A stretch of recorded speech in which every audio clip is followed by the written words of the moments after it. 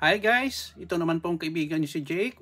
Welcome po kayo sa Facebook page ko, sa aking account, at sa aking YouTube channel. Sa video natin ngayon, pag-usapan po natin ang topiko natin for the day. Every day is a blessing. Bakit ko po nasabi yan? Very simple lang po. Sa akin, every day that I wake up alive and well and healthy is already a big blessing. For me bakit po? Karamihan sa atin, hindi natin nakikita na blessing po everyday na maka-wake up tayo kasi we are more focusing on our problems.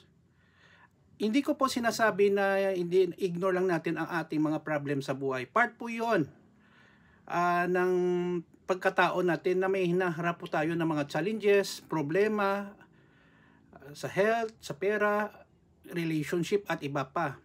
Pero it is an opportunity for us to solve our problem kung buhay tayo. So magpapasalamat po tayo every day when we wake up, gumising tayo, magpapasalamat po tayo kay Lord. Hindi lahat ng tao ay nabigyan po ng opportunity na mabuhay every day or mahaba.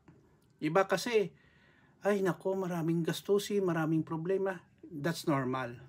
Pinapatibay ka lang ng Panginoon ang iyong sarili sa pagharap ng mga problema. Yun lang po guys, maraming salamat sa inyong panunood at suporta sa channel ko. Shout out pala sa mga lahat ng mga followers ko at bagong followers sa aking page. Maraming salamat po sa inyong suporta. I will pray for you that you will have good health, more blessings, and more opportunities in life. Yun lang po guys. Ito naman po ang kaibigan nyo si Jake. Paalam guys. Kita-kita po tayo sa sunod na video.